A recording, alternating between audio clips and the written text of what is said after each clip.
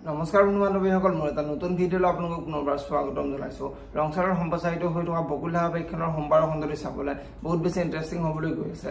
যদিহে আপোনালোকে বকুল ধাৰাবাহিকখন চাই ভাল পায় তেনেহ'লে ভিডিঅ'টোত এটা লাইক কৰি আমাৰ চেনেলটো ছাবস্ক্ৰাইব কৰি ল'ব। এনেকুৱা ধৰণৰ আপডেটসমূহ পাই থাকিবলৈ বকুল ধাৰাবাহিকখনৰ যোৱাদিখনত দেখিবলৈ পাইছিলে বিকিয়ে আদিক হস্পিটেললৈ লৈ গৈছিল আৰু বিকিয়ে হস্পিটেলৰ পৰাই অদিতিলৈ ফোন কৰিছিল আৰু অদিতিলৈ ফোন কৰি অদিতি তুমি মোৰ কথা শুনা, তোমাৰ আৰু আদিৰ সম্পৰ্কটো মই জানি বুজি খেলি মেলি লগাইছিলোঁ আৰু এইবোৰ কৰিবলৈ গাৰ্গীয়ে মোক পইচা দিছিলে আৰু আদিয়ে আপোনাক বহুত ভাল পায়। আপোনাক আদিয়ে প্ৰথমতে ভাল পোৱা নাছিলে, সেইটো সঁচা কথা, কিন্তু আপোনাক এতিয়া আদিয়ে বহুত ভাল পায় আৰু অনাবিলে মানুহ লগাই আদিক এতিয়া বহুত বেয়াকৈ মাৰিছে আৰু আদি এতিয়া বৰ্তমান হস্পিটেলত পৰি আছে। গতিকে তুমি অনাবিলৰ লগত বিয়া হৈ সেইটো ভুল নকৰিবা, পাৰিলে তুমি এবাৰ হস্পিটেললৈ আহিবা বুলি অদিতিৰ আগত কোৱাত অদিতি আচৰিত হৈ পৰিছিলে।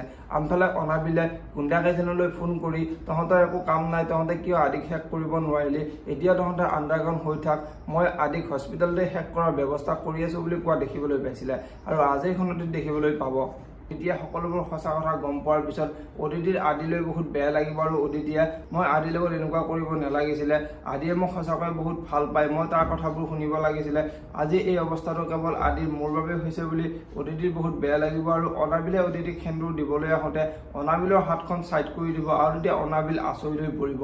এতিয়া বাৰু অদিতিয়ে অনাবিলক সেন্দুৰ দিবলৈ নিদিব নেকি দেখিবলৈ পাব বকুল ধাৰাবাহিকখনৰ আজিৰখনতে আদিৰ মাক দৰিকাৰ ওচৰলৈ আহিব। দৰিকাৰ ওচৰলৈ আহি আমি এনেকৈ ঘৰত বহি থাকিলে নহ'ব, দেউতাৰতো হস্পিটেললৈ নাযায়, আমি আদিক বিচাৰি যাব লাগিব বুলি দৰিকা আৰু দৰিকাৰ মাক আদিক বিচাৰি আহিব।